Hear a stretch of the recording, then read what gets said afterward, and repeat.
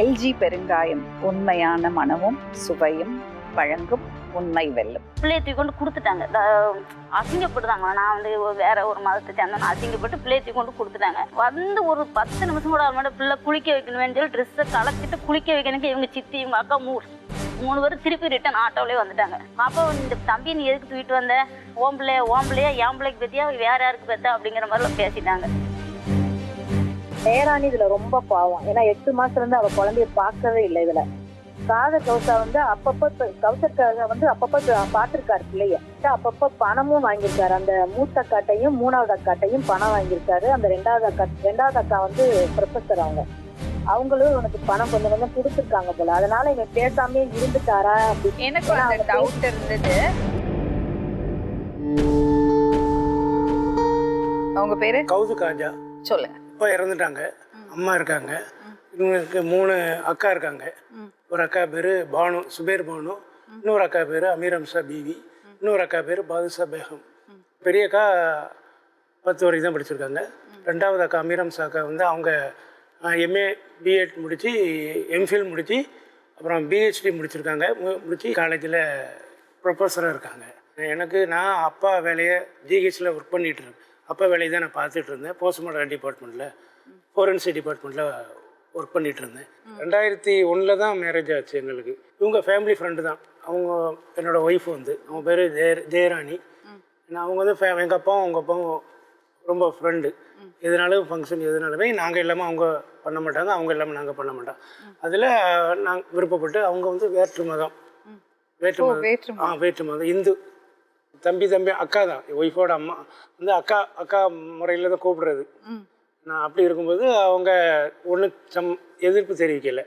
எங்கள் வீட்டில் தான் அவங்க இந்து மதம், நீங்கள் பழகின வீட்லேயே நீ இதை பண்ணுறேன்னு சொல்லிட்டு தான் அவங்க தான் பிரச்சனை பண்ணியிருந்தாங்க. பண்ணி இது பண்ண ஒரு பையன் பிறந்தான். பையனை அப்போ கூட அவங்க ஏற்றுக்கிடலை. இந்த 3வது பையன் வரும்போது தான் எனக்கு குழந்தை பிறந்திருக்கு அப்படின்னு சொல்லி தான் அவங்க லீவுக்கு இங்கே வந்துருந்தாங்க. மே மாதம் லீவுக்கு வருவாங்க. உங்கள் அக்கா வருவாங்க. எல்லாருமே வருவாங்க. அம்மாவும் அக்காவும் தான் முதல்ல இருந்தாங்க ஃபஸ்ட்டில். 2வது பெரிய அக்காவுக்கு அங்கே சென்னையில் கல்யாணம் கட்டி கொடுத்தாங்க. 2008 கல்யாணம் முடிஞ்சதுக்கப்புறம் அவங்களுக்கும் குழந்தை இல்லை. அவருக்கு வந்து வலிப்பு மாதிரி வரும். ஒரு போஸ்ட் ஆஃபீஸில் ஒர்க் பண்ணாங்க. அதனால் அக்கா வந்து வேண்டான்னு சொல்லி அவங்கள ஜமாத்து மூலமாக எழுதி கொடுத்துட்டாங்க. வேண்டான்னு சொல்லி எழுதி கொடுத்தாங்க. அவங்க ஃபேமிலியோடு போய் சேர்ந்துக்கிட்டாங்க. 3வது எனக்கு குழந்தை ஆண் குழந்தை பிறந்தவொடனே அப்போ அவங்க லீவுக்கு வந்திருந்தாங்க. வந்திருக்கும்போது அப்போ குழந்தைய காட்டுறதுக்காக நானும் ஒய்ஃபும் போயிருந்தேன். ஒய்ஃப் அவங்க வீட்டுக்குள்ளே சேர்க்க மாட்டாங்க. ரோட்டு வெளியே தான் நின்றுட்டு நான் மட்டும்தான் குழந்தைய கொண்டு போய் காட்டினேன். அப்புறம் பார்த்து இது பண்ணாங்க. அம்மாட்ட தான் கொடுத்தேன். உங்களுக்கு தான் குழந்தை யாருக்குமே வாரிசு இல்லை, எனக்கு மட்டும்தான் ஆண் குழந்தைனால நல்லா இது பண்ணி வச்சுட்டாங்க. அப்போது தம்பி இருக்கட்டும், நான் டியூட்டிக்கு போகிறேன், அப்புறம் சாயந்தரமாக வந்து வாங்கிக்கோ அப்படின்னு சொல்லிட்டு நான் டியூட்டிக்கு வந்துட்டேன். 3வது குழந்தைய இந்த 2ம் எங்கள்கிட்ட தான் இருந்து, பொண்ணும் பையனும் என்னோட வீட்டில் தான். ஒய்ஃபோட அம்மா அவங்க பார்த்துட்டு இருந்தாங்க. ஒய்ஃபு அப்போ வேலை பார்த்துக்கிட்டு இருந்தாங்க. திருப்பி சாயந்தரம் ஈவினிங் வந்து பார்க்குறதுக்காக கொண்டு வந்தோம். அப்போ இருக்கட்டும், 2 நாள் இருக்கட்டும், நாங்கள் வச்சுக்கிறேன், ஏன்னா பிள்ளைக்கு எனக்கு பிரியதுக்கு மனசு இல்லை அப்படின்னு அம்மா சொன்னாங்க. சரி, அம்மா இது வரைக்கும் குழந்தை இல்லையா, சரி இருக்கட்டுமா அப்படின்ட்டு நான் அப்புறமா 2 நாள் கழித்து வரும்போது உங்கள் வைஃப் சொல்லலையா எதுக்கு குழந்தைய கொடுத்துட்டு வந்தீங்கன்னு? நான் அப்படின்ட்டு சரி 2 நாள் இருக்கட்டும் அப்படின்னு சொல்லி தான் நான் இது அவங்கள மனசாக தேர்த்திக்கிட்டேன். ஏன்னா அவங்க ஒய்ஃபு சத்தம் போட்டு தான் சண்டை போட்டாங்க. அதுக்கப்புறமா தான் நான் குழந்தைய எனக்கு கொடுத்துரு அப்படின்னு சண்டை போட்டு குழந்தைய வாங்கிட்டு வந்துட்டாங்க. திருப்பி 2வது எல்லா சித்தி எல்லாருமே எங்கள் அம்மாவோட தங்கச்சி எல்லாரும் ஆட்டோவில் வந்து திருப்பி குழந்தைய வாங்கிட்டு போயிட்டாங்க. நீங்கள் வீட்டில் இல்லாத போது வந்து எடுத்துகிட்டு போனாங்களா? ஆமாம், நான் வீட்டில் இல்லை. அப்போ உங்கள் ஒய்ஃப் மட்டும்தான்? ஒய்ஃபு இருந்தாங்க. ஒய்ஃபோட அம்மாலாம் வெளியில் போயிருந்தாங்க. இவங்க ஆட்டோவில் வந்து எங்கள் சித்தி ஒரு ஆள் வந்தாங்க. சித்தி அப்புறம் 2 அக்கா அவங்களும் வந்து வாங்கிட்டு போயிட்டாங்கன்னு சொல்லி ஒரே அழுதுட்டு இருந்தாப்புல. அதுக்குள்ளே நாங்கள் போகிறதுக்குள்ளே சென்னைக்கு கொண்டு போயிட்டாங்க. ஒரு வாட்டி வரும்போது நேராக கமிஷனர் பெட்டிஷனை கொடுத்துட்டோம். கமிஷனர் மூலமாக அப்புறம் ஜமாத்தில் ஒரு அண்ணன் ஒர்க் உண்டு, அவங்க செய்தலி பேர். அவங்கள்ட்ட போய் நாங்கள் சொன்ன இந்த மாதிரி குழந்தைய கொண்டு போயிட்டாங்க, இப்போ அவங்க வந்திருக்காங்க அப்படின்னோட நேராக அவங்க வாங்கினாங்க. கமிஷன் மூலமாக பெட்டிஷன் கொடுத்து நம்ம விசாரிக்க சொல்லணும். கமிஷன் மூலமாக கொடுத்தோம்னா அவங்க திருநெல்வேலி மேலப்பாளையம் அவங்க இருக்கிற ஒரு ஸ்டேஷனுக்கு அவங்க இது பண்ணி கொண்டு வர சொன்னாங்க. அப்போ குழந்தைய கொண்டு வர சொன்னோம்னா அவங்க ஜமாத்துலேருந்து ஒரு 10 பேரை கூட்டி வந்துட்டாங்க. கூட்டி வந்து இவங்க குழந்தைய வந்து விலைக்கு ரூபா கேட்குறாங்க குழந்தைய வச்சு அப்படின்ட்டு. நாங்கள் எதுவுமே கேட்கல. என் குழந்தைய நான் பார்க்கணும், பார்க்க விடுறதே இல்லை. வந்து எங்களை பார்க்க விடலை, குழந்தைய பார்க்க விடலை. உடனே அவங்க ஸ்டேஷன் மூலமாக வந்தோடனே அவங்க சொன்னாங்க குழந்தை நீங்கள் அவங்கள்ட்ட காட்டணும். ஏன்னா இவங்க நான் குழந்தைய கொடுக்க மாட்டேன் வைக்க மாட்டேன்னு சொல்லி ரொம்ப இது பண்ணினாங்க. அப்போ அவங்கள வந்தால் குழந்தைய காட்டணும். நீங்கள் அவங்க சென்னைக்கு தேடி வந்து பார்க்க முடியாது, நீங்கள் வரும்போது குழந்தைய காட்டணும்னு சொல்லி அவங்க போலீஸ் ஸ்டேஷன் சொல்லி. அப்போ உங்களுக்கு குழந்தை திரும்பி வேணும்னு நீங்கள் கேட்கலையா? கேட்டேன். எங்களுக்கு குழந்தை வேணும், எனக்கு என் பையன் எனக்கு வேணும் அப்படின்னு சொன்னோன்னா அது நாங்கள் வந்து நான் பையனை வந்து உங்களுக்கு பிடுங்கி கொடுக்கறதுக்கு எங்களுக்கு அந்த அதிகாரம் இல்லை, அவங்களா வந்து நீங்கள் கொண்டு போகலாம் அப்படின்னு சொன்னோன்னா அவங்க போயிட்டாங்க. சென்னைக்கு திருப்பி மறுநாளே உடனே கிளம்பி போயிட்டாங்க. அப்புறம் திருப்பி 2வது நாங்கள் ஜமாத்தில் சொன்னோம், சரி நாங்கள் அதுக்குள்ளே மற்ற ஏற்பாடு நாங்கள் செய்கிறோம் அப்படின்னா அவங்க அதுக்கப்புறம் போனவங்க வரவே இல்லை. எத்தனை வருஷம் ஆச்சு இப்போ? அது இப்போ வந்து 12, அவனுக்கு 12 வயசு ஆகுது. 12 வருஷமாக நீங்கள் குழந்தைய பார்க்கல? அதுக்கப்புறம் அவங்க வரல, பார்க்க முடியல. நாங்களும் முயற்சி பண்ணிக்கிட்டு தான் இருக்கோம். எங்களுக்கு இங்கே அதுக்கப்புறம் ஒரு 6 வருஷம் கழித்து திருப்பி 2வது இங்கே வந்தாங்க. இங்கே வந்து அவனோட சர்டிஃபிகேட் பூரா என்னோடய அட்ரஸ்ஸு, என்னோடய ஒய்ஃபு பேர், என்னோடய பேர், திருநெல்வேலி ஜிஹெச்சில் பிறந்த ரெக்கார்ட்ஸ்லாம் பிறந்த சர்டிஃபிகேட் போல் என்னோட இதில் தான் இருக்குது. அதுக்கப்புறம் அவங்களாவே வந்து எங்களோட வர சொல்லி பேசி இது பண்ணாங்க. உன்னை ஸ்கூலில் சேர்க்கணும், ஐசோஸ் ட்ரிபிளிகேணியில் அங்கே சேர்க்கணும், நீ வந்து என் குழந்தை எனக்கு வேணும் அப்படின்னு சொல்லி கேட்டேன். அப்புறம் அவங்க ஃபேமிலியில் உள்ளவங்க, எங்கள் ஃபேமிலியில் உள்ளவங்க வந்து எல்லாம் என்னை பிரெயின் வாஷ் பண்ணி என்ன சரி அவன் வளர்ந்துட்டு போகிறான், ஏன்னா அவளுக்கு குழந்தை இல்லாமல் இருக்குது, என்ன அவள் படிக்க வைக்கிறா, அதனால் நீ ஒன்றும் சத்தம் போடாத, சண்டை கிண்டை போடாத அப்படின்னு சொல்லி சென்னைக்கில் போக சொல்லி ஸ்கூலில் சேர்க்குறதுக்கு போய் அவங்க சொன்னாங்க.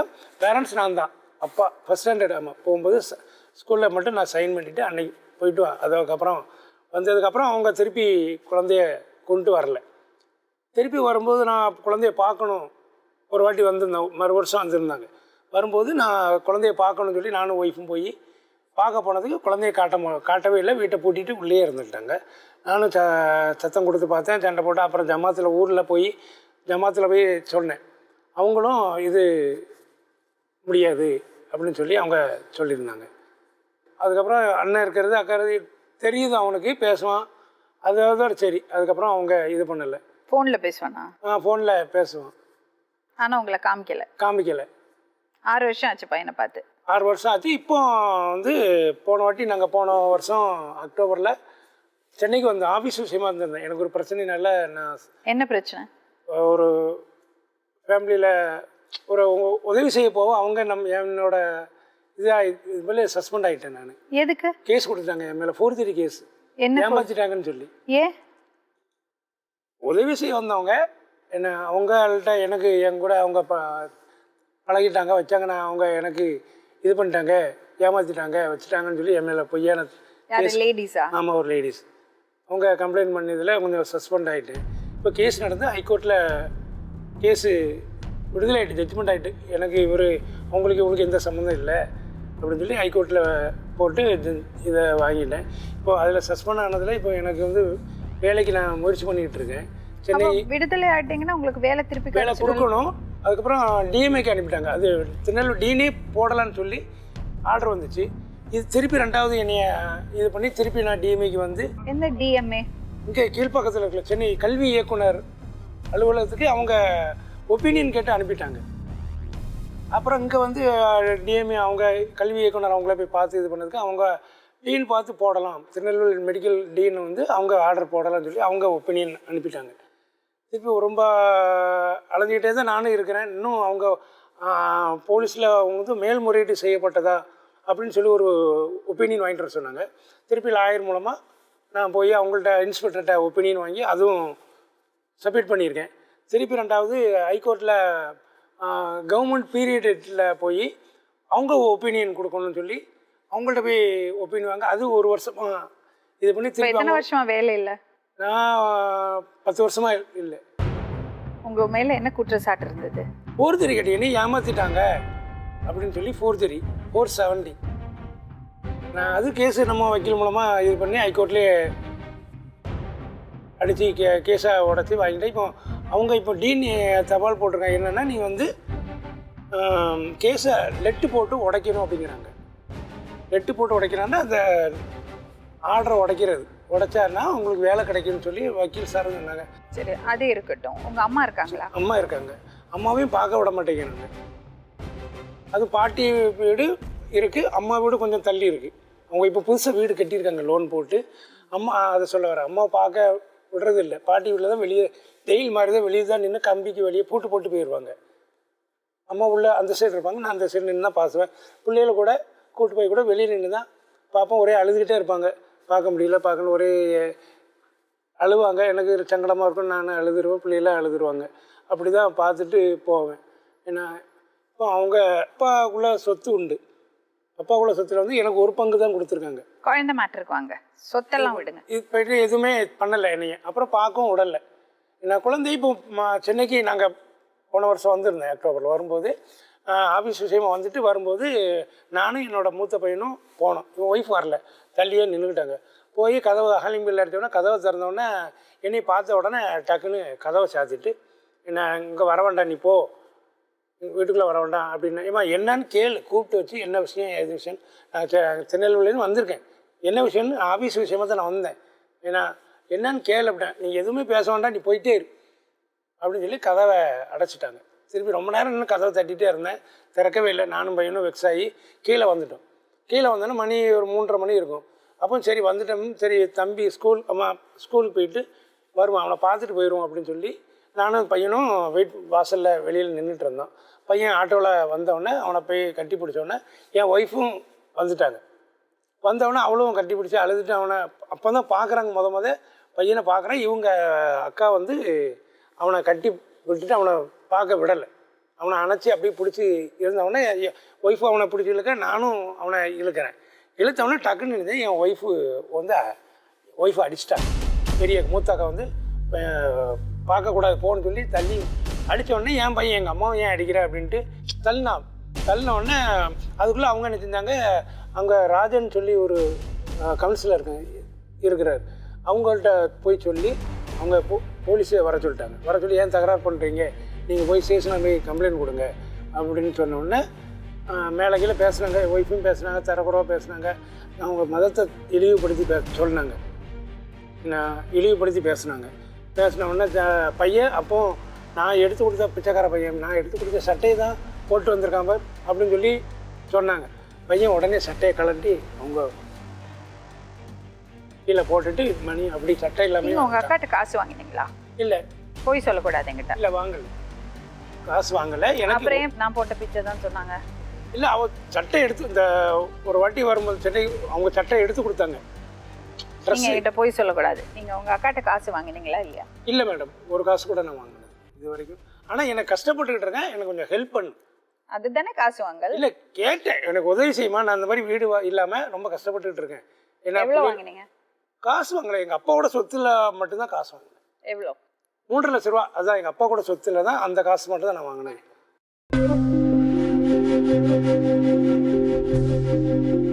ஏமா அழுறீங்க? பாப்பா தம்பி அங்கே இருக்காங்க மேடம், அவங்க வீட்டில் பார்க்கவே விட மேடம். உங்கள் ஹஸ்பண்ட் அவங்க அக்காட்ட காசு வாங்கியிருக்காரா? இல்லை மேடம், என் பிள்ளைகள் 3 பிள்ளைகள் சத்தியமா ஒரு காசு கூட இவங்க வாங்கினதில்லை. நான் அவங்க அப்படி தான் சொல்கிறாங்க, காசு காண்டி தான் வராங்க, காசு காண்டி தான். இவருக்குமே இவரை விட நான் தான் மேடம் தனியாக நின்று என் பிள்ளைகளை போராடி நான் வளர்த்துக்கிட்டு இருக்கேன். இவர் ஏன் சஸ்பெண்ட் ஆனார்? அவர்கிட்டே கேளுங்க மேடம். நீங்கள் சொல்லுங்கள். அவர் அங்கே வேற ஒரு பொண்ணோட தொடர்பாகி கொஞ்சம் பிரச்சனையாயிட்டு மேடம். பிரச்சனையாக கேஸ் ஆயிடுச்சு. அப்புறம் நாங்கள் இங்கே கோர்ட்டில் போட்டு இது பண்ணணும், இங்கே முடியலன்னு ஹைகோர்ட்டு போட்டோம். அங்கே விடுதலை ஆயிடுச்சு. அப்புறம் இன்னும் வேலைக்கு அவங்க இன்னும் 2021 விடுதலை ஆயிடுச்சு. இன்னும் வரைக்கும் அவங்க வேலைக்கு போகல. ஆனால் என் பையன் பிறந்து 18 வருஷம் ஆகுது மேடம். அந்த இதுலேருந்து இன்னும் வரைக்கும் நான் தான் என் பிள்ளைகளை வளர்த்துட்டு எல்லா படிப்பு செலவு சாப்பாடு செலவு நான் தான் மேடம். இவங்க வீட்டில் இருந்தால் ஒரு காசு கூட நான் வாங்கலை மேடம். இவர்கிட்டையுமே நான் சொன்னது கிடையாது, நீங்கள் வேலைக்கு போங்க வைங்கன்னு. இவர்கிட்ட தான் நான் பேசுவேன், இவங்களுக்குள்ளே சண்டை வரும். ஆனால் மற்றபடி இவங்க குடும்பத்துக்குள்ள இன்ன வரைக்கும் நான் யாரையும் பார்த்ததே கிடையாது மேடம். இப்போ என்ன திடீர்னு நீங்கள் வந்திருக்கீங்கம்மா? குழந்தைய வாங்கணும் மேடம். குழந்தை வந்து அவங்கள்ட்ட 13 வருஷமாக இருந்துட்டு இருக்கான். எந்த ஆக்டிவிட்டுமே இல்லை. என் பிள்ளைட்டு ஒரு மாதிரி மண்டை சேஞ்ச் ஆன மாதிரி பிள்ளை இருக்குது. இன்னும் வரைக்கும் குளித்தாலுமே அந்த தன்னால் குளிக்க தெரியல, பாத்ரூம் போதில்ல. அவங்க சரியான முறையில் வளர்க்கலாம் மேடம். பிள்ளைய வந்து கெட்ட வார்த்தை பேசுகிறான். இந்த சின்ன என் பிள்ளைகள் இருந்தாங்க பார்க்க போச்சு. அப்போ தம்பியோட ஆக்டிவிட்டிவே சரியில்லைம்மா. நான் வந்து கொடுத்த 8 மாதம் குழந்தை தூக்கிட்டு போனாங்க. அன்னையிலேருந்து நான் சண்டை தான் மேடம் போடுறேன். இன்னும் வரைக்கும் நான் போராட்டு தான் இருக்கேன். வலுக்கட்டாயமா எடுத்துட்டு போனாங்களா? ஆமாம் மேடம். இவங்க ஃபஸ்ட்டு பாப்பா பார்க்கணுன்னு தான் சொன்னாங்க. தம்பியை பார்க்கணும், அவங்க அம்மா வந்து பார்க்கணுன்னு சொன்னோடனே நான் கூட்டிகிட்டு போனேன். இவங்க நான் தான் கூட்டு போனேன். இவங்க வீட்டுக்கு போகல, நான் வெளியில் ரோட்டுக்கிட்ட நின்னேன். இவங்க கொண்டு பாப்பாவுக்கு தம்பி கொடுத்துட்டு வந்தாங்க. அந்த டைமில் என் தங்கச்சிக்கு டெலிவரியாக இருந்துச்சு. உடனே நான் அங்கே போயிட்டேன். இவங்க இருக்கட்டும், பாப்பா இருக்கட்டும், சாயங்காலம் எடுத்துகிட்டு போனோடனே பிள்ளையை கொடுத்துட்டு நாங்கள் அங்கே போயிட்டோம். வர்றப்போ வாங்க சொல்லிட்டாங்க. இப்போ அவன் பிள்ளை தரமாட்டேன்னு சொல்லிட்டாங்க. சரி, அவங்க 3 அக்காவுக்கும் கல்யாணம் ஆகலை, இவருக்கு மட்டும்தான் இருக்குது. அவங்க அம்மா வந்து பேரம்பேத்தி பார்க்க ஆசைப்படுதுன்னு சொல்லிட்டு நான் ஒரு நாள் விட்டுட்டேன். 2ஆவது நாளும் அதே மாதிரி சொன்னாங்க, 3ஆவது நாளும் அதே மாதிரி சொன்னாங்க மேடம். அப்புறம் பிள்ளையை தரவே இல்லை. அவங்கள எல்லா திங்ஸும் வாங்கி வச்சுட்டு திடீர்னு தூத்துக்குடி போயிட்டு, தூத்துக்குடியிலேருந்து அவங்க ஏர்போர்ட்டில் 3ஆவது நாளே கொண்டு போயிட்டாங்க பாப்பாவை. திருப்பி நான் கேட்கும்போது இல்லை. அதுக்கப்புறம் இவங்க ஒரு 3 மாதம் கழித்து கொண்டு வந்தாங்க. கொண்டு வரும்போது இவர்கிட்ட நான் பேசுமே இல்லை, தந்துருவாங்கன்னு தான் சொல்லிட்டு இருந்தாங்க. திருப்பி நான் பாப்பா வாங்கும்போது வீட்டுக்கு போகும்போது என்னை வீட்டுக்குள்ளெல்லாம் உடல் நான் ரோட்டில் நின்று என் பிள்ளையை கொடுங்கன்னு கேட்கும்போது பிள்ளையை தூக்கி கொண்டு கொடுத்துட்டாங்க. அசிங்கப்பட்டுதாங்க. நான் வந்து வேற ஒரு மதத்தை சேர்ந்தேன். அசிங்கப்பட்டு பிள்ளையை தூக்கி கொண்டு கொடுத்துட்டாங்க. நான் என் பிள்ளையை வாங்கிட்டு போனேன். பிள்ளை மேலே செயின் கொழு எல்லாமே கிடக்கும் போது நான் எடுத்துகிட்டு வந்தோன்னே இவங்க ரோட்டில் நின்று கலட்டி பிள்ளை அவங்ககிட்ட கொண்டு கொடுத்துட்டாங்க. நான் பிள்ளையை கொண்டு வீட்டுக்கு வந்துட்டேன். வந்து ஒரு 10 நிமிஷம் கூட ஆகணும். பிள்ளை குளிக்க வைக்கணும்னு சொல்லி ட்ரெஸ்ஸை கலச்சிட்டு குளிக்க வைக்கணுக்கு இவங்க சித்தி இவங்க அக்கா 3 பேரும் திருப்பி ரிட்டன் ஆட்டோவிலே வந்துட்டாங்க. வந்து நான் இவங்க சித்தி உள்ள வீட்டுக்குள்ளே வந்துட்டு, பாப்பா இந்த தம்பி நீ எதுக்கு தூக்கிட்டு வந்த, ஓம்பிள்ளையா என் பிள்ளைக்கு பற்றியா வேறு யாருக்கு பார்த்தா அப்படிங்கிற மாதிரிலாம் பேசிட்டாங்க. பேசினோடனே நான் ஒன்றுமே சொல்ல, பிள்ளைய வச்சுருந்து என்னை மல்லு கட்டி பிள்ளைய இழுத்தோன்னே எனக்கு அந்த டைம் ஆப்ரேஷன் பண்ணி கொஞ்ச நாள் எனக்கு சரியான ஒரு இது பண்ண முடியல. பக்கத்தில் ஆள்கள்ட்டு நான் யார்ட்டையும் சரியாக பேச மாட்டேன். அந்த டைமில் அவங்க ஆட்டோவில் பிள்ளைய உடனே கொண்டுட்டு போயிட்டாங்க. மேலே பிள்ளை போயிட்டாங்க. திருப்பி நான் அதுக்கப்புறம் இன்னும் வரைக்கும் நான் குழந்தைய பார்த்ததே இல்லை மேடம். அதுக்கப்புறம் இவங்க இங்கே கொண்டு வரல. நான் போன வருஷம் தான் வந்தேன். இங்கே ஆகஸ்ட் மாதம் இவங்க கூப்பிட்டு வந்தாங்க. கூப்பிட்டு வந்து பாப்பாவும் பார்த்துட்டு இந்த டிஎன்ஏ ஹாஸ்பிட்டல் இந்த இதெல்லாம் பார்க்கணும்னு சொல்லி கூப்பிட்டு வந்தாங்க ஆஃபீஸ் போகணுன்ட்டு. அப்போ கூட்டிகிட்டு வரும்போது பாப்பா பார்க்க போவோம்ப்பா, என்னை கூட்டிகிட்டு போங்க அப்படின்னு சொன்னோடனே நான் நீ ரோட்டில் நின்று நான் கூட்டிகிட்டு வரேன் தம்பி அப்படின்னு சொல்லிட்டு போனாங்க. இவனே என் பெரிய பையனும் போனாங்க. உள்ளே போன உடனே அவங்க உள்ளே அலோவ் பண்ணலை, வெளியில் போங்கன்னு சொல்லி கதவை தள்ளி அடைச்ச உடனே சரி தம்பி வரும்போது ஆட்டோவில் வந்து இறங்கும், நம்ம இங்கே நின்று பார்த்துட்டு போயிடும்ட்டு நின்னோம். போய் வந்துட்டோன்னே எனக்கு அவன் எப்படி இருப்பான்னு எனக்கு தெரியாது. இதுதான் தம்பின்னு சொல்லி காமிச்சாங்க. காமிச்ச உடனே என் பிள்ளைன்னு சொல்லிட்டு இப்படி பிடிக்க தான் பண்ணது இந்த மண்டையை. இவங்க அக்கா ஓடி வந்து என்னை அடிச்சிருச்சு. அடிச்சு கீழே இப்படி மூஞ்சோடி சப்புன்னு அடிச்சோடனே நான் அந்த அடிச்சது கூட எனக்கு பெருசாக நான் எடுத்துக்கல. சரி, அவங்க ஒரு குழந்தைய வளர்த்த பாசத்தில் அடிக்கிறது. என் பிள்ளையை மட்டும் பார்த்துட்டுன்னா இவன் வேற ரொம்ப சத்தம் போட்டான், என்னை காப்பாற்றுங்க, என்னை கடத்துறாங்க அப்படி அப்படின்னு சத்தம் போட்டு போலீஸ் வந்துருச்சு. போலீஸ் கூப்பிட்டு போயிட்டு நீங்கள் வாங்க அப்படின்னு சொல்லி எங்களை மட்டும்தான் கூப்பிட்டு போனாங்க. அவங்கள கூட்டிகிட்டு போகலை. நாங்கள் ரொம்ப நேரம் ஸ்டேஷனில் காத்து தான் இருந்தோம். அவங்க வரவே இல்லை. திருப்பி நாங்கள் நைட்டு ட்ரெயின் ஏறி வீட்டுக்கு வந்துட்டேன். இவங்க அக்கா வந்து எங்கே வேணாலும் எங்கே வேணாலும் கம்ப்ளைண்ட் கூட, எனக்கு எல்லா இடத்துலையும் ஆள் இருக்குது, நான் என்ன வேணாலும் நான் செஞ்சுக்கணும். இந்த முடிய அவங்க மண்டையில் இருக்காது. பட் அதை பிடுங்கி இப்படி ஊதி காட்டுது மாடியில் நின்று. இதை கூட உன்னால பிடுங்க முடியாது. இவர்கிட்ட சொல்லுது, ஏன்ட்ட சொல்லலை, இவர்கிட்ட தான் சொல்லுது. இல்லம்மா, இப்போ உங்கள்கிட்ட வலிக்கட்டாயமா கூட்டிட்டு போயிருக்கேன், நீங்க ஏதாவது பத்திரத்துல கை போட்டுருக்கீங்க? அப்படியெல்லாம் நான் ஒண்ணுமே கொடுக்கல மேடம். பத்திரத்தை நான் எதுவும் பையனோட பர்த் சர்டிபிகேட் எல்லாம் இங்க இருக்கு. ஏன்ட்ட இருக்கு மேடம். அப்ப நீங்க ஏன் போலீஸ் ஸ்டேஷன்ல போய் ப்ராப்பரா கம்ப்ளைண்ட் கொடுத்துருக்கேன் மேடம். அப்ப என்ன சொல்றாங்க? அவங்க என்ன சொல்றாங்கன்னா, கம்ப்ளைண்ட் வர்றப்ப எங்களை கூப்பிட்டு விடுவாங்க, அவங்க வரமாட்டாங்க. திருப்பி அவங்க வர்றப்போ நாங்கள் என்ன பேசுறாங்கன்னு சொல்ல முடியல. அந்த பையன்கிட்ட சொன்னோம், நீ யார் கூட இருக்காங்கன்னா அந்த பையனை நல்லா ட்ரெயின் பண்ணி நான் இவங்க கூட தான் இருப்பேன், அவங்கள பார்த்து கையை காட்டுறான். அப்போ நான் முதல்ல ஒரு வாட்டி அப்படி கொடுத்துருக்கும் போது பிள்ளையை நான் தூக்கியிருக்கேன். தூக்கும்போது இந்த கை காலெலாம் ஒரு மாதிரி இப்படி குழக்குன்னு கிடக்கும். அப்போ நம்ம பிள்ளையை நல்லா தானே கொடுத்தேன், இவங்க ஏன் அப்படி வச்சுருக்காங்க அப்படின்லாம் கூட நான் விட்டு காட்டேன். இல்லை தம்பி அப்படி இருக்கான், அவனுக்கு சோகமாக இருக்கான் அப்படி இப்படின்னு சொல்லி சமாளிச்சிட்டாங்க. இப்போ அவனுக்கு பிரச்சனையே உடம்புல நிறைய பிரச்சனை இருக்கிற மாதிரி இருக்க மாட்டேன். நான் மற்ற 2 பிள்ளைகள் வச்சுருக்கேன், எந்த பிரச்சனையும் கிடையாது. அவனுக்கு மட்டும் அப்படி இருக்குது. அடுத்து வீசிங் ப்ராப்ளம், இந்த மாதிரி நிறைய பிரச்சனை. மென்டாலிட்டியில ஒரு மாதிரி இப்படி இப்படி செய்யறான், சைக்கோ மாதிரி ஒரு மாதிரி. ஜமாத்துல எல்லாம் பேசி பெரியவங்களை வச்சு பேசி எல்லாத்தையும் பேசிட்டேன் மேடம். போய் கேட்குறவங்க கூட அதை எப்படி நீ பிள்ளைய கொடுத்துட்டு கேட்பேன், நீ அதை எப்படி பிள்ளைய கொடுத்துட்டு கேட்பேன், பிள்ளையெல்லாம் நீ கேட்கவே கூடாது அப்படிதான் என்னையே தான் மேடம் சத்தம் போடுறாங்க. பிள்ளைய கேட்கக்கூடாது. நான் கொடுக்கல சார், அவங்க அக்கான்னு சொல்லி அவங்க கொடுத்தாங்க. என்னுடைய விருப்பம் இதில் கொஞ்சம் கூட கிடையாது. இப்போ போன வாரத்தில் கூட நான் கம்ப்ளைண்ட் கொடுத்தேன் மேடம்.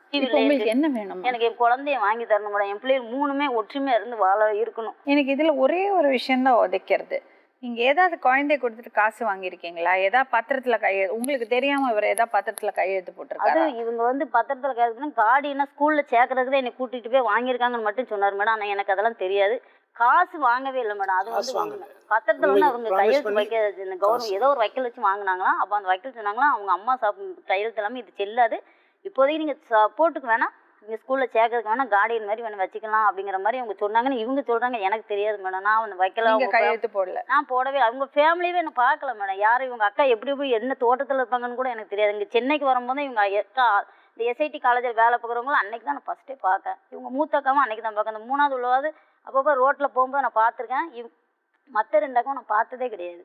ஒரு விஷயம் கேட்கட்டுமாமா? சொல்லுங்க. குழந்தைய பார்த்ததுக்கு அப்புறம் நீங்க அவங்கள்ட்ட இருக்கிறதுக்கு ஓகே? அவங்க சொல்லவே செய்யல மேடம். எனக்கு என் குழந்தை வேணும்னு அந்த அடம் பிடிக்கிறதுனால தான் இப்போ காட்டுறதே மாட்டாங்க. அந்த குழந்தைய வேணும்னு அடம்பிடிச்சு என்ன தூக்கிட்டு போனோம்னா அதுக்கப்புறம் பிள்ளைய நான் பார்த்ததும் கிடையாது. இல்ல, குழந்தைய பார்த்தா போறோமா? குழந்தை உங்களுக்கு எனக்கு குழந்தை வேணும் மேடம். என் பிள்ளை என்கிட்ட இருந்து வளரட்டும் மேடம். எனக்கு கஞ்சி கொடுத்தாலும் சரி, என் பிள்ளை என்கிட்ட இருந்து என் பிள்ளைகள் 3 ஒற்றுமையா இருக்கட்டும் மேடம்.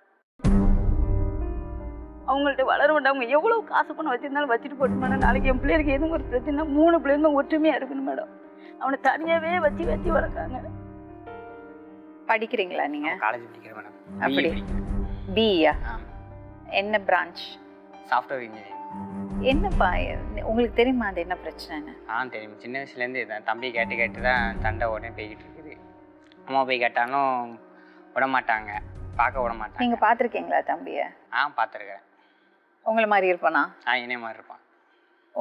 அம்மா வந்து குழந்தை வேணும் கேட்குறாங்க. அவங்க உங்க அத்தை வளர்த்துட்டாங்க, அவங்க கொடுப்பாங்களா? கொடுக்க மாட்டேன்னு சொல்லிக்கிட்டு இருக்காங்க. பார்க்க கூட விட மாட்டேங்காங்க. சின்ன வயசுலேருந்து அவங்க பார்க்கணும் தான் சொல்லிக்கிட்டு இருக்காங்க. ஆனால் பார்க்க விட்டுறதில்ல இது வரைக்கும். நாங்களும் கொஞ்ச நாள் பார்த்துக்கிட்டோம். இப்போ எங்களையும் பார்க்க வர வேண்டாம்னு சண்டை போட்டு கொஞ்ச நாள் பார்த்துட்டீங்க? கொஞ்ச நாள் ஒரு சின்ன அவனுக்கு விவரம் தெரிஞ்ச வரைக்கும் நாங்கள் பார்த்துருக்கோம். அதுக்கப்புறம் பார்த்தது லீவில் போவாங்க மேடம். லீவில் அங்கே வருவாங்கல்ல, அப்போ மேலே பிள்ளைக்கு இவங்க கூட்டிகிட்டு போவாங்க. பிள்ளையில கூட்டிகிட்டு போகும்போது ஒரு 5 நாளோ 6 நாளோ அவங்க ஒன்றா பிள்ளைகளோட வச்சுருப்பாங்க. அப்போ 2 நாள் அவன் இவங்க பக்கத்துலேயே வரமாட்டானா, ரூமுக்குள்ள அடைச்சே இருப்பானா. அவன் ஏன் அப்படி அடைச்சிருக்கான் கூப்பிடுங்கன்னா இல்லை அவன் அப்படி தான் இருப்பான், அவனை இதெல்லாம் பண்ணக்கூடாது அப்படி இப்படிலாம் சொல்லிடுவாங்க. திருப்பி அவனா போர் அடித்து வெளியில் வந்து இவங்களோட சேர்ந்து விளையாண்டாதான் உண்டு. பேசுவானா? பேசுவான். இப்போ சடனாக எப்படி? இப்போ நீங்கள் போயிருக்கீங்க, லீவில் போயிருந்துருக்கீங்க, உங்கள் அத்தை தான் குழந்தைய வளர்ந்துருக்கான், எல்லாம் ஓகே. இப்போ சடனாக அவன் வேணும்னு ஏன் கேட்குறாங்க? சடனாக இல்லை, ஆரம்பத்துலேருந்து கேட்டுக்கிட்டு தான் இருக்கோம். அவங்க 13 வருஷமாக கேட்டுக்கிட்டு தான் மேடம் இருக்கும். அவங்க லீவுக்கு வந்துட்டு போனால் நான் எதுவும் பிரச்சனை பண்ணிடக்கூடாதுங்கிறதுக்காக பிள்ளைகளை வர சொல்லி அந்த 10 நாளைக்கு மட்டும் அவங்க இது பண்ணுறாங்க. அதுக்கப்புறம் அன்னைக்கெல்லாம் நீங்கள் ஸ்டெப் எடுக்கலை? அப்போல்லாம் ஏன் ஸ்டெப் எடுக்கலை? நான் தான் மேடம் ஸ்டெப் எடுப்பேன். இவங்க ஒண்ணுமே சொல்ல மாட்டாங்க. ஏன்னா அக்காவை பகைக்க கூடாதுங்கிற மாதிரி இவங்க இருப்பாங்க. ஆனா நான் தான் மேடம் பிள்ளைய வச்சு நம்ம எல்லாம் குடும்பத்தோட ஒற்றுமையா இருக்கணும். அவருக்கு ஆசை நம்ம குடும்பத்தோட அசிங்கப்படுத்தக்கூடாது. ஆனா எனக்கு பிள்ளைய பார்க்காம என்னால இருக்க முடியல. நான் இவங்கள்ட்ட ரொம்ப நான் சண்டை போடுவேன் மேடம். அவங்கள்ட்ட சொல்ல நான் ரொம்ப சண்டை போடுவேன். இவங்களை போவான்னு கூட நான் பேசுவேன். ஏன்னா என் பிள்ளை எனக்கு வேணும். ஒரு படம் பார்த்தா கூட எனக்கு இந்த வேற ஏதாவது குழந்தை சென்டிமெண்ட் இருந்தாலும் எனக்கு அந்த பிள்ளை ஞாபகம் தான் மேடம் வரும். ஸோ இது என்ன பிரச்சனைனா, first of all inter caste marriage and அவங்க வீட்டில் வேறு குழந்தைகளே கிடையாது. அப்படி இருக்கும்போது இவர் எப்படியாவது எல்லாமே ஒன்றா சேர்ந்துடலாம். என் அக்கா மேலே மரியாதை வச்சுருக்காரு, அதனால அவரால் ஏற்று பேச முடியல.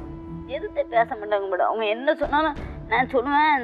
நீங்கள் இந்த மாதிரி வேலை பிரச்சனையில் கூட இந்த 18 வருஷமே என் பிள்ளைகளுக்கு தெரியும். அப்பா ஏமா வேலைக்கு போல எந்த கேட்க மேடம். நீ ஒன்றும் சொல்லாதீங்கடா, அப்பா இருக்கணும் என்னைக்கு போட்டுன்னு. நீங்கள் வேலைக்கு போவீங்க? காட்டு தோட்டத்துக்கெல்லாம் வேலைக்கு போவேன் மேடம். பூ பறிப்பேன், களை வெட்ட போவேன். செஞ்சுதான் என் பிள்ளைகளுக்கு இன்ன வரைக்கும் நான் படிக்க வச்சிருக்கேன். கடன் வெளியில் கொஞ்சம் கடன் வாங்கி பிள்ளைகளுக்கு இங்கேருந்து லாங்க போகணும். பஸ் காசு எல்லாமே நான் தான் கொடுக்கணும். அவருக்கு வெளியில் எங்கேயும் போனாலுமே நான் தான் கொடுக்கணும். ஒரு நல்லது கிட்ட வரும், உடம்பு எல்லாம் போனேன், எல்லா பிரச்சனையும் நான் தான் மேடம் பார்ப்பேன். அதில் எனக்கு ரொம்ப ஒரு மாதிரி ஆகி பிளட்டில் ரொம்ப சோர்வாகி 3 பாயிண்ட்டுக்கு போயிட்டு எனக்கு சாப்பிடாம சரியாக சாப்பிடாம வேலைக்கு ஓடிக்கிட்டே இருப்பேன். காலைல 5 மணிக்கு போயிடுவேன். அதுக்கப்புறம் 1 மணிக்கு வருவேன், திருப்பி 4 மணிக்கு போவேன். இப்படி அடிக்கடி வேலை பார்த்து அதிகமாக சாப்பிடாமனே அதில் எனக்கு உடம்பு சிலமை ஆஸ்பத்திரி இப்படியே அலைஞ்சி கொஞ்சம் வெளியில் கடன்லாம் வாங்கிட்டேன் மேடம். வாங்கி ஒரு பிள்ளைகளை பார்க்க, பிள்ளைகளை படிக்க வைக்க, இவனுக்கு கொடுக்கணும், பாப்பாவுக்கு கொடுக்கணும். ஏதாவது ஒரு பிரச்சனைகள் ஒரு நல்லது கிட்ட வரும். இப்படிங்கிற ஒரு சூழ்நிலை என்ன ஒரு ஆள் சம்பாதிச்சு வச்சு ஒன்றும் செய்ய முடியல. வெளியில் அவங்க அந்த சூழ்நிலையில் கூட நாங்கள் இவங்க வீட்டில் ஒரு நாள் கூட நாங்கள் ரூபா கேட்டது கிடையாது மேடம். ஸோ அதனால தான் அந்த பையன் ஓகே அவனாவது நல்லா இருக்கட்டும் அப்படி கூட நான் விடலை மேடம். நல்லா இருக்கட்டும், அவங்களோட சொத்தோட நான் அப்படி நினைக்கவே இல்லை. கஞ்சி என் பிள்ளை இன்னைக்கு நான் ரேஷன் வச்சு தான் மேடம் வாங்கி கொடுக்கேன் என் பிள்ளைக்கு. ஆனாலும் என் பிள்ளை 3 ஒன்றா தான் இருந்துச்சு. நல்லா வளர்த்துருக்கீங்களே பையனை, இன்ஜினியரிங் படிக்க வைக்கிறீங்க, எவ்வளோ பெரிய விஷயம். எவ்வளோ மார்க் வாங்கினப்பா 12th? 127. வாவ், 600ல். சமமா, சூப்பர். கஷ்டப்பட்டதுக்கு என் பிள்ளைல எனக்கு நல்லா படிச்சிச்சு மேடம். பொண்ணு நல்லா படிப்பாளா? இப்போ எத்தனாவது படிக்கிறா? 380 இருக்கா. 10th மார்க் வாங்கியிருக்காங்க. அப்படியா? 380 வாங்கியிருக்கா. இப்போ நான் அடுத்த ஹிஸ்ட்ரி போடணும்னு சொல்லியிருக்கேன். கையில் காசு இல்லாமல் நான் இப்போ ஃபீஸ் கட்டணும். திங்கக்கிழமையில கட்டினது உள்ள சேர்க்கணும். இருமா நம்ம வந்து நான் ரெடி பண்ணிக்கிட்டு உன்னை அதுக்கு இடையில இதுக்கு வந்துட்டீங்க? இதுக்கு வந்துட்டேன். இன்னொன்று மேடம், இந்த இந்த நம்ம பேண்ட் போடுறாங்களே அதில் நாடா மாதிரி வருதுல்ல, அதை அந்த இப்படியே பண்ணும்போது இப்படியே பண்ணுறான். அப்படி ரொம்ப பண்ணும்போது speed ஆ பண்ணுவான் மேடம். முகம் வந்து அவருக்கு மாறுது. நம்ம போய் ஏய் என்ன அப்படின்னா அப்படின்ட்டு பண்ணுறான். இதை நிறைய பண்ணுறான். ரூமுக்குள்ள அது அவங்க வளர்க்கறதுனால இல்லம்மா, அவனுக்கு ஏதாவது பிரச்சனை இருக்கோ என்னோ இல்ல நமக்கு மேடம், தெரியாது. ரூமுக்குள்ள அடைச்சே அடைச்சி போட்டு வைக்காங்க. வச்சுருக்காங்க. வெளியில பிள்ளைங்களோட கொஞ்ச நேரம் விளையாட விட்டோம். ஸ்கூலுக்கு போயிட்டு வந்தோடனே மதரசா போடுறாங்க. மதரசா போயிட்டு வந்த உடனே ரூமுக்குள்ள அடைச்சி ஒரு காப்பியை கொடுத்து 2 வடையை கொடுத்து ரூமுக்குள்ளேயே அடைச்சி வச்சோடனே அவனுக்கு வெளி உலகமே தெரியல ஏன்னா மேடம். அவன் பயமா இருக்கா அவங்களுக்கு வெளியே அனுப்புறதுக்கு. ஆமா. நீல யாராவது நாங்க வந்து தூக்கிட்டு போயிருவோமோன்னு சொல்லி அந்த மாதிரி பண்ணி ரூமுக்குள்ளே வச்சுட்டாங்க பிள்ளைய. கூட்டு கொண்டு போய் தான் விடுறாங்க. கூட்டு போய் தான் கையோட அந்த டைமுக்கு கூட்டு போய் ஃப்ரெண்ட்ஸ் எல்லாம் இல்ல அவனுக்கு. என் ஃப்ரெண்ட்ஸ் ஃப்ரெண்ட்ஸ் யாருமே கிடையாது friends-லே மேடம். கிடையாது. ஃப்ரெண்ட்ஸ்னா அவனுக்கு எப்படின்னா என்னன்னே தெரியாது. யாராவது அடிச்சா கூட ஒரே ஒரு வாட்டி நான் அப்ப குழந்தையோட வளர்ப்பு சரியில்லைன்னு வளர்ப்பு நினைக்கிறீங்களா? சரியில்லை மேடம். இன்னும் பாத்ரூம் போனா கூட அவனுக்கு கழுவு தெரியல. 13 வயசு ஆகுது. குளிக்க தெரியல. சாப்பாடு அவங்க தான் அள்ளி ஊட்டுனாங்க. அந்த கண்டிஷன்ல இருக்க மேடம். அவனுக்கு எல்லாவுடைய தேவைகளுமே அவங்க செஞ்சாதான் உண்டு. அவனால தன்னால எதுவுமே செய்ய முடியல. ஏன்னா அவ்வளவு செல்லம் கொடுத்து வளர்த்துட்டு பொத்தி வளர்க்குறாங்க. எப்படி வளர்த்துருக்காங்களா நம்ம பார்க்கல மேடம். ஆனா பிள்ளை அந்த கண்டிஷனுக்கு வரக்கூடாதுல்ல மேடம். நாளைக்கு அவன் எப்படி அவனோட ஃபியூச்சர் எப்படி மேடம் இருக்கும்? இல்லை நம்மளுக்கு ஒரு அண்ணன் இருக்கான், ஒரு அக்கா இருக்கா, நம்ம படிக்கிற சப்போர்ட்டுக்கு. நாங்க அந்த 1 லட்சம் அப்படி கட்டி நாளைக்கு படிக்க ஏதாவது ஒரு அவனுக்கு சொல்லணும்னா அண்ணன் தம்பி தானே போய் கேட்பாங்க. 1 லட்சம் கட்டி படிக்க வைங்க, 2 லட்சம் கட்டி படிக்க வைங்கன்னு சொல்றான் மேடம். ஆனா அவன் வந்து இனி எழுத கூட அவனுக்கு தெரியல. 8 படிக்கணும். அவனோட வயசுக்கு 2 பேர் இந்த வருஷம் 8 முடிச்சு அவன் 9th போகணும். ஆனா அவன் எழுத கூட மாட்டான். ஜெராக்ஸ் எடுத்து ஒட்டி வைக்காங்கன்னு சொல்லி பிள்ளைகள் சொல்றாங்க. ஜெராக்ஸ் எடுத்து ஒட்டுறாங்கம்மா, புக்கில் ஒட்டி தான் விடுவாங்க அப்படின்னு சொல்லி சொல்றாங்க. குழந்தை நார்மலா இல்லையா? நார்மல் இல்லை மேடம். அண்ணானெல்லாம் கூப்பிடுவேனா? அண்ணன்லாம் கூப்பிடுவான், பேச வைப்பான். போனோம்னா கொஞ்ச நேரம் அமைதியாகிடுவான், பேச மாட்டான், ரூமில் போய் ஒழிஞ்சிக்கிடுவான். நம்ம போய் கூப்பிட்டாலும் வரமாட்டான். அதுக்கப்புறம் அவனா முடிவு பண்ணி வந்தால் தான் உண்டு, இல்லைன்னா அப்படியே தான் உண்டு. அதுக்கப்புறம் சேர்ந்தா ஓட்டிக்கிடுவான். அப்புறம் அவன் போகவே விட மாட்டான். நீங்க இதுல எவ்வளவு தூரம் உண்மை சொல்றீங்கன்னு எனக்கு தெரியல. நீங்க அவங்கள்ட்ட கூட மறைச்சிருக்கலாம். அக்காரங்கிறதுனால ஏதோ ஒரு இடத்துல இவர் வந்து அதுக்கு உடந்தையா இருந்திருக்காரோன்னு எனக்கு ஒரு டவுட். இல்லை, எனக்கே இருக்கு மேடம். எங்களுக்கே இருக்கு மேடம். நாங்கள் சில நேரங்கள் வந்து ஒரு மாதிரி முழிப்பாரு. ஏதாவது பிள்ளைய பற்றி பேசணும் வச்சா ஆனால் துட்டு மட்டும் வாங்கலைங்கிறது எனக்கு நல்லா தெரியும் மேடம். அது மட்டும் அவங்க வாங்கலை. மற்றபடி இவர் கையெழுத்து போட்டு கொடுத்த விஷயம் வேற எதுவும் பண்ணியிருக்காருன்னு எனக்கு தெரியல. எனக்கு அது ஒரு டவுட் இருந்துட்டே இருக்கு. இது குழந்தை விஷயம் இல்லைன்னா நான் ஃபோன் போட்டு பேசிடுவேன். இது என்னன்னா இதுல நிறைய இமோஷன்ஸ் இருக்கு. நம்ம வந்து ஒரு ஓகே, அந்த குழந்தையோட நிலைமை யோசிச்சு பாருங்க. அந்த குழந்தைக்கு எவ்வளோ மென்டலி எவ்வளோ கன்ஃபியூஷன் இருக்கும். இப்போ போய் நம்ம பேசி அவங்க சைடில் அவங்க அப்செட் ஆகி அவங்க எப்படி ரியாக்ட் பண்ணுவாங்க தெரியல, அவங்க மனநிலை எப்படி இருக்கு தெரியல. அதனால நம்ம இதை டீல் பண்ணக்கூடாது. நம்ம வந்து ப்ராப்பராக சட்ட ரீதியாக எடுப்போம். இப்போது இவங்களோட சிஸ்டர்கிட்ட பேசினா திருநெல்வேலியில் ஒரு ரிப்போர்ட்டர் இருக்காங்க, அவங்கள்ட்ட பேசி பார்ப்போம். அவங்க பக்கத்துலேருந்து என்ன சொல்கிறாங்க பார்ப்போம். ஹலோ, வணக்கம் மேடம். வணக்கம்மா, கௌரி பேசுகிறீங்களா? ஆமா மேடம், கௌரி பேசுறேன். தேங்க்யூம்மா, thank you so much for coming online. அம்மா, இந்த கேஸ் தெரியும் இல்லையா உங்களுக்கு? ஆமா மேடம். நீங்கள் அவங்கள்ட்ட பேசுனீங்களா? ஆமா மேடம், இவங்ககிட்டயும் பேசினேன். மேலப்பாளையத்துல அந்த பையனையும் போய் பார்த்தேன், அவங்க அக்காவையும் பார்த்தேன், அவங்க அம்மாவையும் பார்த்துட்டு வந்தேன் மேடம். எந்த பையனா? அந்த குழந்தையவா? ஆமா, அந்த குழந்தை வந்து இப்ப 13 வயசு மேடம் அந்த பையனுக்கு. சரி. மேலப்பாளையத்துல போய் பையனை பார்க்கும்போது அவன் வந்து கதவை திறக்க வந்தான். என்னை பார்த்தோன்னே அவன் வீட்டுக்குள்ள ஓடிட்டான். ஆனா என்ன கதவை திறக்க வரும்போது அவனை பார்க்கும்போது நார்மலா இருந்தான் அந்த பையன். சரி. ஆனா இவங்க வந்து பையன் அப்நார்மல்னு என்கிட்ட சொல்லியிருந்தாங்க. அதனாலதான் அவனை கவனிச்சு பார்த்தேன். அவன் நல்லா நார்மலா இருந்தான். சரி. உள்ள போனதுக்கு அப்புறம் அவங்க அம்மா, அவங்க மூத்த அக்கா, 3வது அக்கா எல்லாம் வந்த உடனே வந்து நாங்க இந்த மாதிரி கலைஞர் டிவில இருந்து வந்திருக்கோம்னு சொன்ன உடனேயே அந்த பையன் முகம் மாறிடுச்சு, அவனோட பிஹேவியரே மாறிடுச்சு. ஒரு மாதிரி உடம்ப வெறப்பா வச்சுக்கிட்டு ஒரு மாதிரி முறைச்சு பார்த்துட்டு இருந்தான். நான் அதை கவனிச்சேன். அதுக்கு பிறகு அவங்க மூத்த அக்கா, அவங்க 3வது அக்காவும் நல்லா பேசினாங்க எங்ககிட்ட. பேசினாங்கன்னா பையனை வந்து 4 மாசத்துலயே கொடுத்துட்டாங்கன்னு இவங்க சொல்றாங்க. ஆனா உண்மையாவே அந்த பையனை 8 மாசத்துலதான் இவங்க கொண்டு போய் விட்டுருக்காங்க. விட்டதா அவங்க பையனை திருப்பி கொடுக்கலன்றது கன்ஃபார்மா தெரியுது மேடம். அது ஜெயராணி இதுல ரொம்ப பாவம். ஏன்னா 8 மாசத்துல இருந்து அவ குழந்தைய பார்க்கவே இல்லை. இதுல காதர் கௌசா வந்து கௌசர்காக வந்து அப்பப்ப பாத்திருக்காரு, பிள்ளைய பாத்திருக்காரு. அவங்ககிட்ட அப்பப்ப பணமும் வாங்கியிருக்காரு. அந்த மூத்த அக்காட்டையும் 3வது அக்காட்டையும் பணம் வாங்கியிருக்காரு. அந்த 2வது அக்கா வந்து ப்ரொஃபஸர்.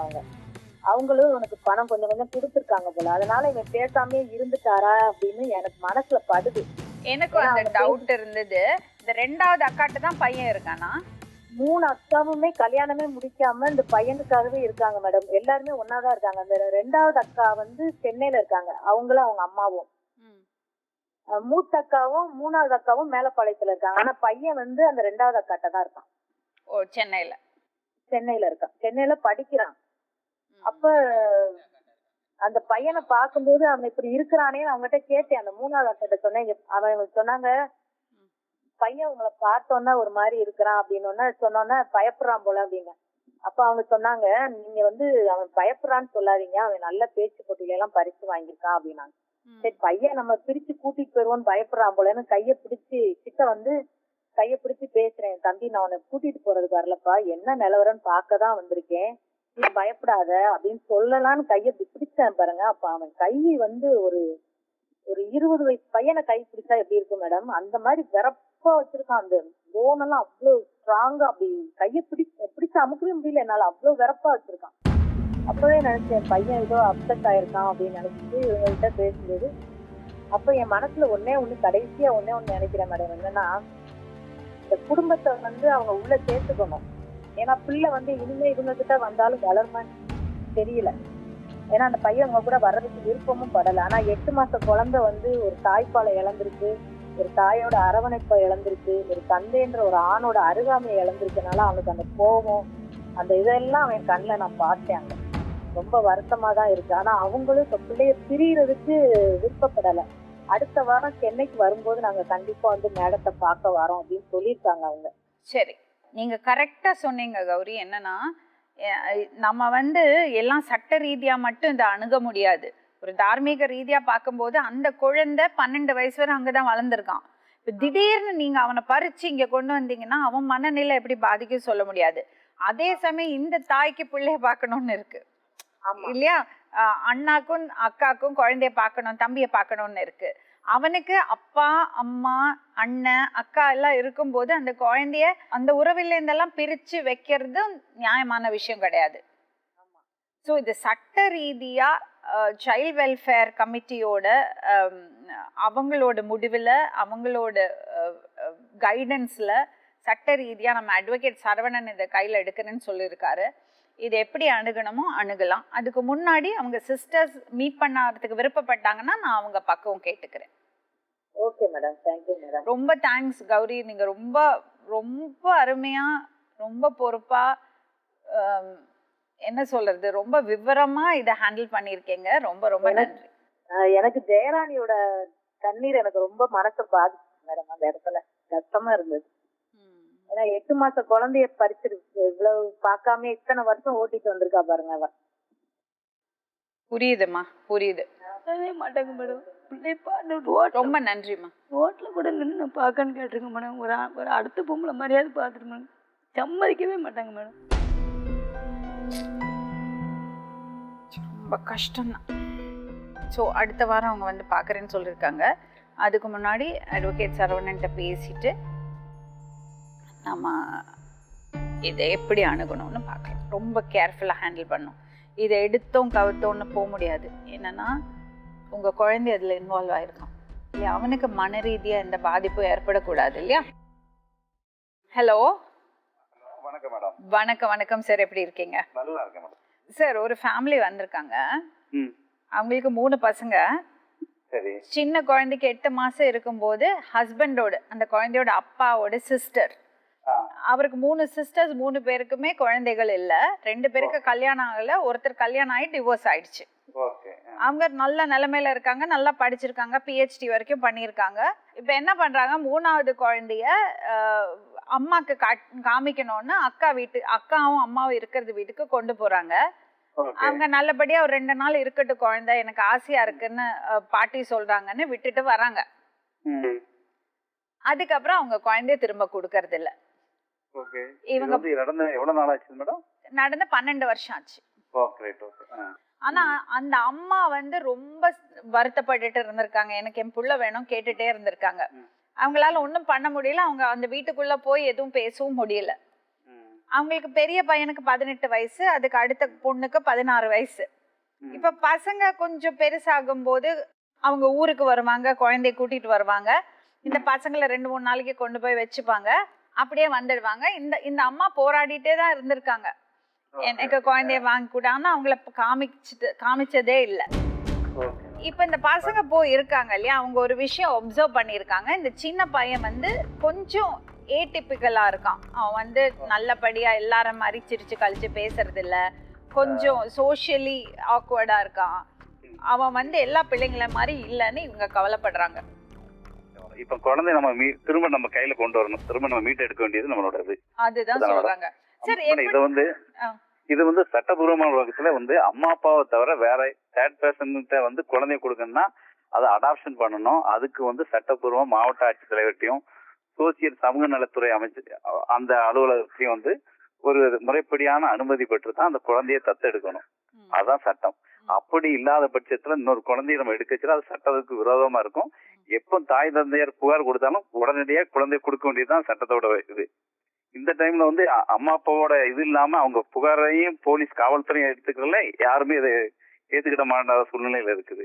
அதனால அந்த குழந்தைய நம்ம மீட்டு எடுக்கிறதுக்காக ஒண்ணு மாவட்ட ஆட்சித்தலைவர்கிட்டையும் அந்த ஏரியாவில் உள்ள காவல்துறை கண்காணிப்பாளர்கிட்டையும் ஒரு ஆய்வாளர்கிட்டையும் ஒரு புகாரை கொடுப்போம் மேடம். அந்த புகார் மீது எந்த நடவடிக்கை எடுக்காத பட்சத்துல நம்ம சென்னை அவங்களுக்கு வந்து மதுரை உயர் நீதிமன்றம் தான் வரும். மதுரை உயர் நீதிமன்றத்துல ஒரு ரிட் பெட்டிஷன் ஃபைல் பண்ணணும். அதாவது ஆட்கொணர்வு மனு ஐபிஎஸ் கார்பஸ் ஃபைல் பண்ணி என்னோட குழந்தை என்னோட பெர்த் சர்டிபிகேட் என்ன இருக்குது, என் குழந்தைய வந்து இவங்க வச்சிருக்காங்க, என் குழந்தைய கண்டுபிடிச்சு தரணும்னு சொன்னா அந்த கோர்ட்ல நீதிபதி முன்பு வந்து அந்த குழந்தைய கொண்டு வந்து ஒப்படைக்க வேண்டியது காவல்துறையுடைய பொறுப்பு.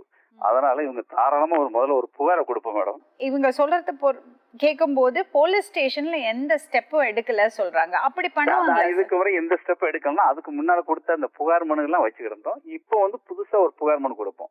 இந்த இவ்வளவு நாளா நான் அந்த ஃபைட் பண்ண எந்த வித நடவடிக்கை எடுக்கல, காவல்துறையும் எடுக்கல, மாவட்ட ஆட்சியர் திரும்ப ஒரு புதுசா ஒரு மனு கொடுப்போம்.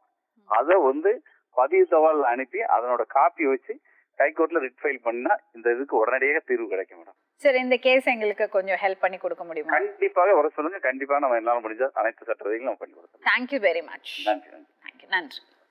ஓகே, அவர் என்ன சொல்றாருன்னா, ஹைகோர்ட்ல போய் ஒரு ரிட் பெட்டிஷன் கொடுத்ததுன்னா நிச்சயமா காவல்துறை உங்க குழந்தைய அங்க வந்து ஜட்ஜுக்கு முன்னாடி குழந்தைய கொண்டு வந்து ஒப்படைக்க வேண்டியிருக்கும். அதுக்கான ஸ்டெப் எடுக்கலாம் சொல்றாரு.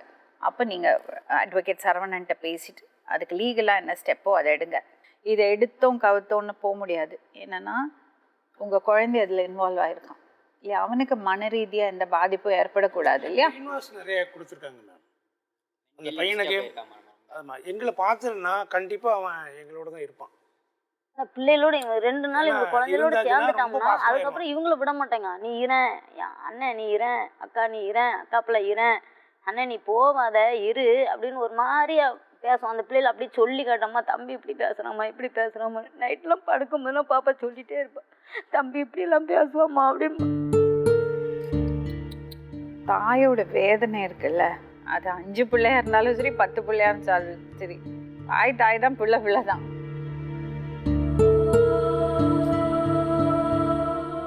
ரொம்ப கஷ்டமான விஷயம். இது நம்ம ப்ராப்பர் கைடன்ஸ் எடுத்துக்கலாம். அட்வொகேட் சரவணன்ட்ட பேசுங்க, நான் சிடபிள்யூசிலையும் பேசுகிறேன். பேசி இது எப்படி சட்ட ரீதியாக அதை எப்படி அணுகணுமோ அப்படி அணுகலாம். நான் இங்கே ஒரு க்ளோஷர் கொடுக்கல இதுக்கப்புறம் ஃபாலோ பண்ணிவிட்டு பார்ப்போம். ஓகே, கௌரி சொன்ன மாதிரி ஃபேமிலி சேர்ந்தாங்கன்னா, உங்களை சேர்த்துக்கிட்டாங்கன்னா, ஒரு ஃபேமிலியாக அந்த குழந்தை அங்கே வளரட்டும், நாங்கள் போய் பார்த்துட்டு வரலாம், குழந்தை உங்க கூட வந்து இருக்கலாம், இல்லை நீங்கள் அங்கே போய் இருக்கலாம், அப்படி இருந்தால் உங்களுக்கு ஓகேயா? ஏற்றுக்கலாம். ஓகே தான். உங்களுக்குமா? எனக்கு என் பிள்ளைகள் 3மே ஒன்றா இருக்கணும்னு எனக்கு பிரியம். அவங்க அக்கா சைடில் பார்க்குறாங்க, அது நியாயமாகவே இருக்கட்டும். ஆனால் என் பிள்ளை வந்து தனியாக இருந்து அவங்கள்ட்ட வளர்றது வந்து அவனை அந்தளவுக்கு டிஸ்டர்ப் பண்ணி வச்சிருக்கு. பிள்ளைகளோட தான் இவங்களோட சேர்ந்து அவன் வந்து நார்மலாக தான் மேடம் இருப்பான். இவங்களோட அவன் சேர்ந்து வீட்டுக்குள்ளே இருந்துட்டாலே நார்மலாகிடுவான். வெளி உலகத்தை பார்ப்பேன், நான் பிள்ளைகளை அடைச்சி வைக்க மாட்டேன். பிள்ளைகள் வெளியில் விளையாடும், ஃப்ரெண்ட்ஸோட இருக்கும், கிரிக்கெட் இப்பவும் கிரிக்கெட் விளையாட போவான். பக்கத்தில் எல்லாமே அந்த மாதிரி இருக்கிறதுனால தான் அவன் இவ்வளோ இதாக இருக்கிறான். அவனையும் பிள்ளைகளோடய சேர்த்து வச்சுருந்தா அவன் கண்டிப்பாக அவன் நார்மலாக ஆயிடுவான் மேடம். அவனுக்கு எந்த ட்ரீட்மெண்ட்டுமே நம்ம கொடுக்க வேண்டாம், அவன் நார்மலாக ஆயிடுவாங்கிற நம்பிக்கை எனக்கு இருக்குது. அவங்க நியாயமாக தானே சொல்கிறாங்க. இது அத்தாரிட்டிஸ் இது சட்ட ரீதியாக அணுகட்டும். அவங்களுக்கு நம்ம வந்து அவங்களுக்கு அதுக்கான என்ன ஹெல்ப்போ அது பண்ணி கொடுக்கலாம். சரியாம்மா? வணக்கம். தைரியமாக இருங்க. ஓகே, ஒரு நல்ல முடிவு வரட்டும்.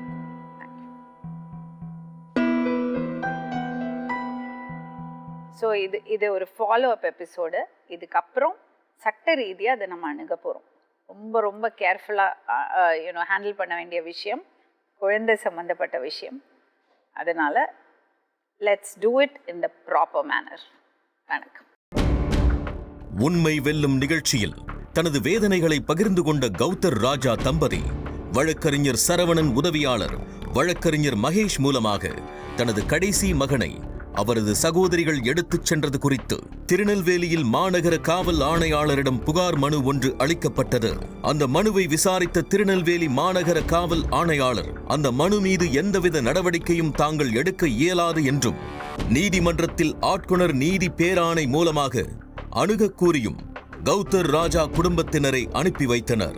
அந்த மனுவை நிராகரிக்க காரணம், குழந்தையை இவ்வளவு ஆண்டுகள் கழித்து ஏன் திரும்ப பெற எண்ணுகிறீர்கள் என்பதுவே. இப்போ என்னோட குழந்தைய வந்து நான் 8 மாதத்தில் நான் பார்த்தது சார். இப்போ வயசு அவனுக்கு 13 வயசு நடந்திருக்கு. இன்னும் வரைக்கும் என் குழந்தைய நான் பார்த்ததே இல்லை.